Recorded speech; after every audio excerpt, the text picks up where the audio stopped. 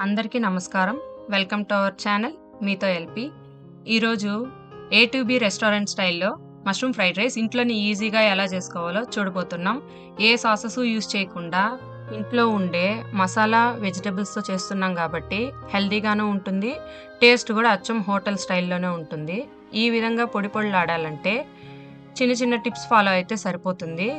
Mushrooms హెల్త్‌కి చాలా మంచిది. అందరూ కర్రీస్ తినరు కాబట్టి ఈ విధంగా ఫ్రైడ్ రైస్ చేసి పెట్టామంటే అందరికీ నచ్చుతుంది. ముందుగా అన్నీ రెడీ చేసుకున్నామంటే 5 మినిట్స్‌లో ఈజీగా ప్రిపేర్ చేసుకోవచ్చు. ఫస్ట్ ఒక గ్లాస్ బాస్మతి రైస్ తీసుకొని అన్నం వండి ఈ విధంగా ప్లేట్‌లో ఆరబెట్టుకోవాలి. రైస్ ఉడికే నీళ్ళల్లో ఒక స్పూన్ నూనె వేసుకున్నామంటే రైస్ అతుక్కోకుండా పొడి పొడిలాడుతూ ఉంటుంది. అంతేకాకుండా రైస్ ఎక్కువ ఉడికిపోకుండా చూసుకోవాలి ఫ్రైడ్ రైస్‌కి, అప్పుడే బావుంటుంది. తరువాత మష్రూమ్స్‌ని, వెజిటబుల్స్‌ని బాగా కడిగి ఈ విధంగా కట్ చేసి పెట్టుకోవాలి. మష్రూమ్స్‌ని ఫ్రైడ్ రైస్‌లో యూజ్ చేసేటప్పుడు కొంచెం పెద్ద పీసెస్‌గానే కట్ చేసుకోవాలి. అప్పుడే తినడానికి బావుంటుంది. ఫ్రైడ్ రైసెస్ చేసేటప్పుడు కొంచెం వెడల్పాటి కడాయిలే యూజ్ చేయాలి. అప్పుడే అన్నీ కలుపుకోవడానికి బావుంటుంది. ఇక్కడ కడాయి పెట్టి 2 టేబుల్ స్పూన్లు ఆయిల్ ఏసుకొని, 1 స్పూన్ బటర్ ఏసుకోవాలి. బటర్ లేకపోతే నెయ్యి కూడా ఏసుకోవచ్చు. అది బాగా వేడయ్యాక కట్ చేసి పెట్టుకున్న వెజిటబుల్స్‌ని 1 బై 1 వేసుకోవాలి. ఫస్ట్ అల్లం తెల్లగడ్డ ముక్కలు వేసుకోవాలి. దీనికి బదులు అల్లం వెల్లుల్లి పేస్ట్ కూడా యూజ్ చేయొచ్చు. కానీ ఫ్రెష్‌గా మనం కట్ చేసుకున్న పీసెస్ యాడ్ చేసుకుంటే ఫ్రైడ్ రైస్‌కి స్మెల్ అండ్ ఫ్లేవర్ బావుంటుంది.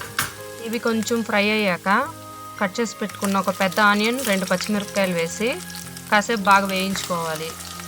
ఫ్రైడ్ రైసెస్ చేసుకునేటప్పుడు స్టవ్ ఎప్పుడు హై ఫ్లేమ్‌లోనే పెట్టుకొని చేసుకోవాలి. అప్పుడే ఆ స్మోకీ ఫ్లేవర్ అనేది వస్తుంది. ఆనియన్స్ ఎక్కువ ఫ్రై అవ్వకూడదు. ట్రాన్స్పరెంట్‌గా అయితే సరిపోతుంది. ఈ స్టేజ్‌లో క్యారెట్, క్యాప్సికమ్, బీన్స్ వేసి అవి మెత్తబడకుండా క్రంచీగా ఉండేటట్లు కాసేపు ఫ్రై చేసుకుంటే సరిపోతుంది. నేనిక్కడ వెజిటబుల్ క్వాంటిటీస్ తక్కువ తీసుకున్నాను. ఎందుకంటే మష్రూమ్ ఫ్లేవర్‌ని డామినేట్ చేయకూడదు కాబట్టి. మీరు కావాలనుకుంటే ఇంకా కొన్ని ఎక్కువ వెజిటబుల్స్ యాడ్ చేసుకోవచ్చు. ఈ విధంగా ఫ్రై అయ్యాక కట్ చేసి పెట్టుకున్న మష్రూమ్స్‌ని వేసి అందులో నీరు ఇంకే వరకు ఫ్రై చేసుకోవాలి. ఫ్రైడ్ రైసెస్ ఇంట్లో చేయడానికి భయపడతాము. కానీ ఒక్కసారి ఈ విధంగా ట్రై చేసి చూసామంటే ఖచ్చితంగా ఇంకెప్పటికీ బయట తీసుకోము. ఇంట్లోనే చేసుకుంటాము. ఈ విధంగా ఫ్రై అయ్యాక రుచికి సరిపడా ఉప్పు వేసి కాసేపు ఫ్రై చేసుకోవాలి.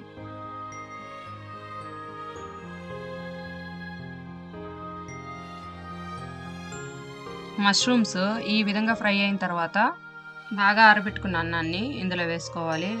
ఇక్కడ నార్మల్ రైస్ కూడా తీసుకోవచ్చు. కానీ బాస్మతి రైస్ యొక్క ఫ్లేవరు ఫ్రైడ్ రైస్‌కి చాలా టేస్ట్‌ని ఇస్తుంది కాబట్టి ఈ రైస్ తీసుకున్నాను. తర్వాత ఒక స్పూన్ మిరియాల పొడి, కట్ చేసి పెట్టుకున్న స్ప్రింగ్ ఆనియన్స్, కొత్తిమీర వేసి బాగా కలుపుకోవాలి. ఇక్కడ పెప్పర్ పౌడర్ అనేది మస్ట్ అండి.